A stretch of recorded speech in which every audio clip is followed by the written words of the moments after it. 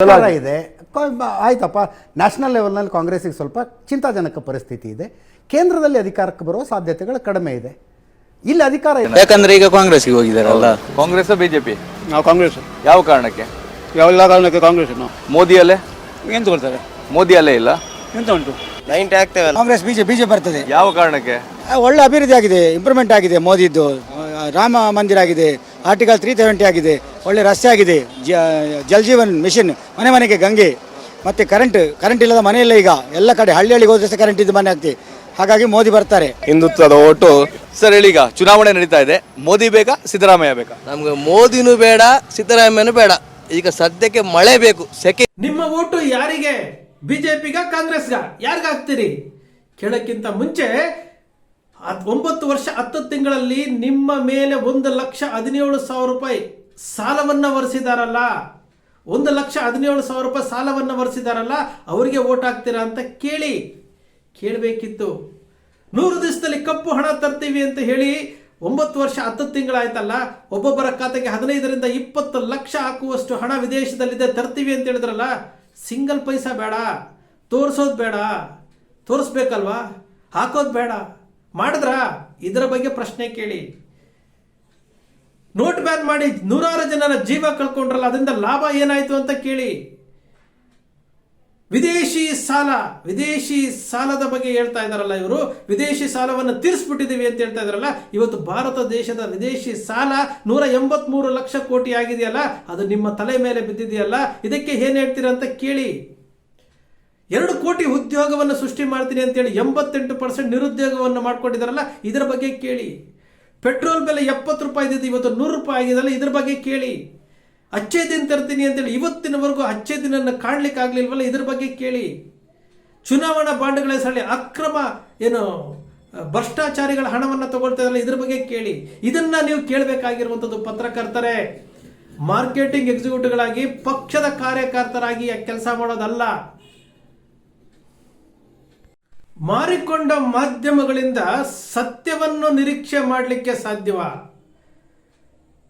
ನಮ್ಮ ಸ್ಯಾಟಲೈಟ್ ಚಾನೆಲ್ನ ಅಜಿತ್ ಹನುಮಕ್ಕನವರು ಒಂದು ಕಾರ್ಯಕ್ರಮದಲ್ಲಿ ಹೇಳ್ತಾರೆ, ಒಂದು ಚರ್ಚಾ ಸಭೆಯಲ್ಲಿ ಹೇಳ್ತಾರೆ, ಅವರೇ ಡಿಸೈಡ್ ಮಾಡಿಬಿಟ್ಟಿದ್ದಾರೆ, ಕೇಂದ್ರದಲ್ಲಿ ಕಾಂಗ್ರೆಸ್ ಪಕ್ಷ ಅಧಿಕಾರಿಗೆ ಬರೋದಿಲ್ಲ.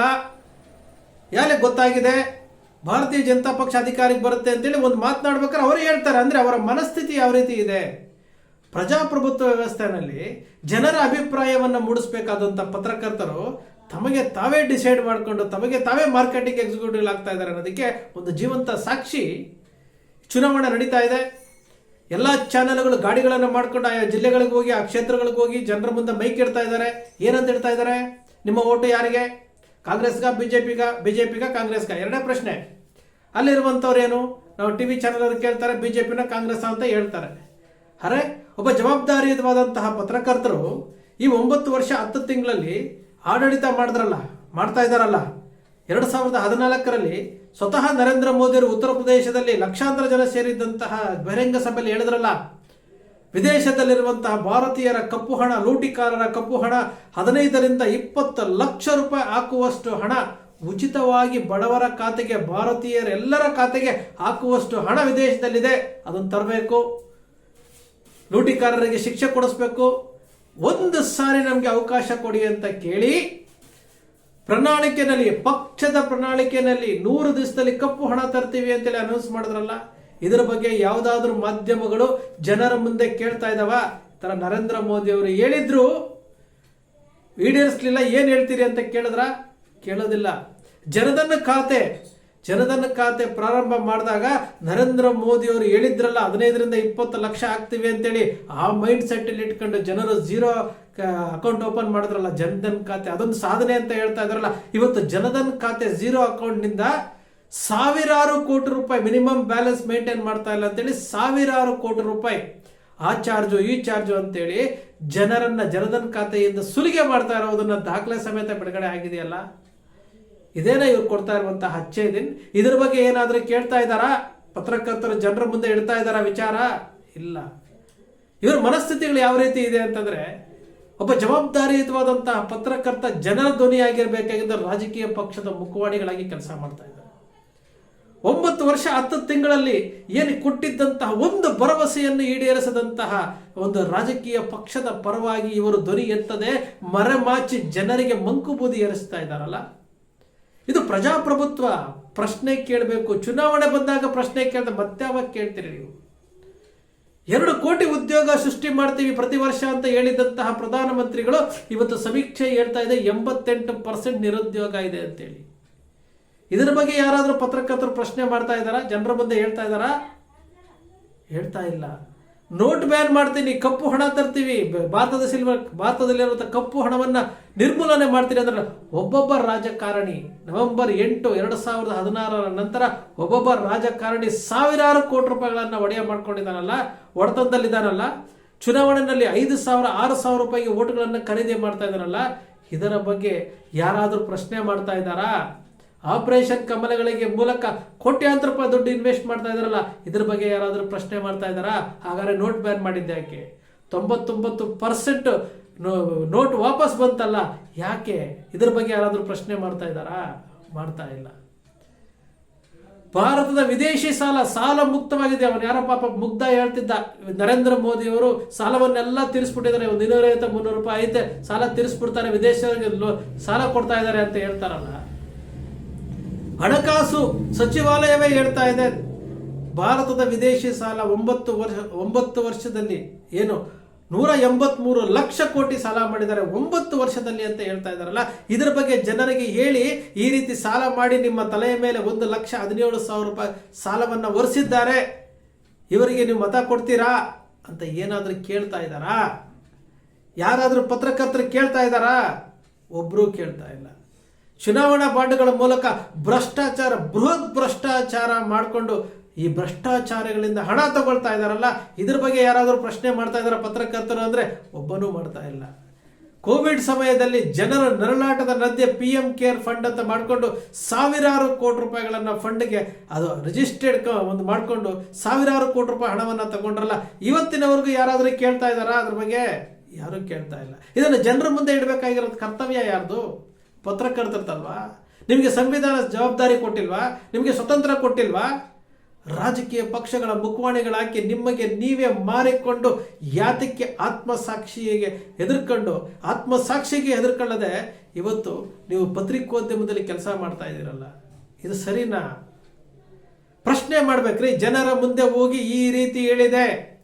ಇವತ್ತು ಚುನಾವಣಾ ಸಮಯದಲ್ಲಿ ಎಲ್ಲಾ ಚಾನೆಲ್ಗಳು ಕಾಂಗ್ರೆಸ್ ಪಕ್ಷ ಇಂದಿರಾ ಗಾಂಧಿ ಆಡಳಿತವನ್ನು ತೋರಿಸ್ತಾ ಇದ್ದೀರಲ್ಲ, ರಾಜೀವ್ ಗಾಂಧಿ ಆಡಳಿತದ ತಪ್ಪುಗಳನ್ನ ತೋರಿಸ್ತಾ ಇದ್ದೀರಲ್ಲ, ಯಾವುದೋ ಕಾಲದ ತೋರಿಸ್ತಾ ಇದ್ದೀರಲ್ಲ. ಇವತ್ತಿನ ತೋರಿಸಿರ್ತಾನೆ ಜನರಿಗೆ ಗೊತ್ತಾಗೋದು. ಇವತ್ತಿನ ವಾಸ್ತವ ಸ್ಥಿತಿಯಲ್ಲಿ ಇದ್ದಾರಲ್ಲ, ನಿಮ್ಮನ್ನ ಸಾಲಗಾರರನ್ನಾಗಿ ಮಾಡಿರುವಂತಹ ಪಕ್ಷ 1,17,000 ರೂಪಾಯಿ ಹುಟ್ಟಿದ ಮಗುವಿನ ಮೇಲೆ 1,17,000 ರೂಪಾಯಿ ಸಾಲ ಮಾಡಿದ್ದಾರೆ. ಯಾರು ವೋಟ್ ಹಾಕ್ತೀರಿ ಅಂತ ಕೇಳಬೇಕಲ್ಲ ನೀವು? ಯಾಕೆ ಕೇಳ್ತಾ ಇಲ್ಲ? ಯಾಕೆ ಪ್ರಶ್ನೆ ಮಾಡ್ತಾ ಇಲ್ಲ?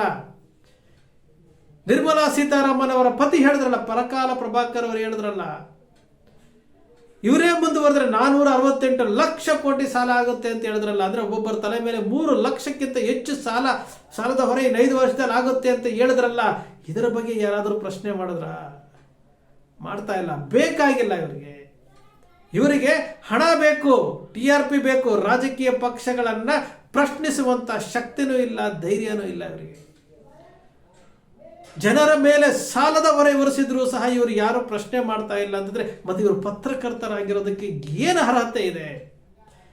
ನಾವು ಈ ದೇಶದ ಪ್ರಜೆಗಳು, ನಾವು ಟ್ಯಾಕ್ಸ್ ಕಟ್ತೀವಿ, ನಮ್ಮ ತೆರಿಗೆ ಹಣದಿಂದ ನಿಮಗೆ ಜಾಹೀರಾತು ಬರುತ್ತೆ, ನಿಮಗೆ ಆ ಋಣ ಇದೆ ಅಲ್ವಾ? ಯಾತಕ್ಕೋಸ್ಕರವಾಗಿ ಮಾತಾಡ್ತಾ ಇಲ್ಲ? ಯಾವ ರೀತಿ ಹೊಗಳಿಕೆ ಮಾತುಗಳು. ನ್ಯೂಸ್ ಫಸ್ಟ್ ಅಲ್ಲಿ ನಾನು ವಿಡಿಯೋ ಮಾಡಿ ಹಾಕಿದ್ದೆ. ನ್ಯೂಸ್ ಫಸ್ಟ್ ರವಿಕುಮಾರ್ ಅವರು ನರೇಂದ್ರ ಮೋದಿಯವ್ರನ್ನ ಉಗುಳ್ಕೊಂತಾನೆ ಸ್ಟೋರಿಗಳನ್ನ ಮಾಡ್ತಾರೆ. ಸುವರ್ಣದವರು ಉಗುಳ್ಕೊಂಡು ಸ್ಟೋರಿ ಮಾಡ್ತಾರೆ. ಎಲ್ಲಾ ಚಾನೆಲ್ಗಳು ಮೋದಿಯ ಜಪ ಮಾಡ್ತಾ ಇದ್ದಾವೆ ಅಂತಂದ್ರೆ ಮೋದಿಯವರು ತಪ್ಪೇ ಮಾಡಿಲ್ವಾ? ಇವತ್ತು ಭಾರತ ದೇಶ ಯಾವ ಸ್ಥಿತಿಗೆ ಹೋಗ್ತಾ ಇದೆ? ಇವರು ಸೃಷ್ಟಿಯಿಂದಲೇ ಭಾರತ ಜಗದ್ಗುರು ಆಗಿರೋದ ಹೊರತು ವಾಸ್ತವಿಕವಾಗಿ ಭಾರತ ಇನ್ನೂ ಸಹ ಸೂಚ್ಯಾಂಕ ಕ್ರಮಾಂಕದಲ್ಲಿ ಕೆಳಗಡೆ ಹೋಗ್ತಾ ಇದೆ ಹೊರತು ಮೇಲೆ ಹೋಗ್ತಾ ಇಲ್ಲ. ಒಬ್ಬೊಬ್ಬರ ಖಾತೆಗೆ 15 ರಿಂದ 20 ಲಕ್ಷ ಹಾಕುವಷ್ಟು ಹಣ ಎಲ್ಲಿ ಹೋಯ್ತು ಗೊತ್ತಿಲ್ಲ. ಆ ಯಂಗ್ ಪುಂಗ್ಲಿ ಎಂಬ ವ್ಯಕ್ತಿ ಒಂದು ವಿಡಿಯೋದಲ್ಲಿ ಹೇಳ್ತಾನೆ 10,000 ರೂಪಾಯಿ ಪ್ರತಿ ತಿಂಗಳಿಗೆ ಹಾಕ್ತಾರೆ ಅಂತೇಳಿ. ಬ್ಯಾಂಕ್ಗಳು ಯಾವ ಅರ್ಹತೆ ಮೇಲೆ ನೀವು ಓಟ್ ಕೇಳ್ತೀರಿ? ಯಾವ ಅರ್ಹತೆ ಮೇಲೆ ಈ ಮಾಧ್ಯಮಗಳು ಪಕ್ಷದ ಕಾರ್ಯಕರ್ತರಾಗಿ ಓಟ್ ಕೇಳ್ತಾ ಇದ್ದೀರಿ? ಪಕ್ಷದ ಕಾರ್ಯಕರ್ತರಿಗೂ ನಿಮಗೂ ಏನಾದರೂ ವ್ಯತ್ಯಾಸ ಕಾಣ್ತಾ ಇದೆಯಾ? ಏನಾದರೂ ವ್ಯತ್ಯಾಸ ಕಾಣ್ತಾ ಇದೆಯಾ ನಿಮಗೆ? ಯಾವ ವ್ಯತ್ಯಾಸವೂ ಇಲ್ಲ. ಪತ್ರಕರ್ತರೇ, ನಿಮಗೆ ನೀವೇ ದ್ರೋಹ ಮಾಡ್ಕೊಳ್ತಾ ಇದ್ದೀರಿ, ನಿಮಗೆ ನೀವೇ ಆತ್ಮವಂಚನೆ ಮಾಡ್ಕೊಳ್ತಾ ಇದ್ದೀರಿ. ಜಾಗೃತರಾಗಿ.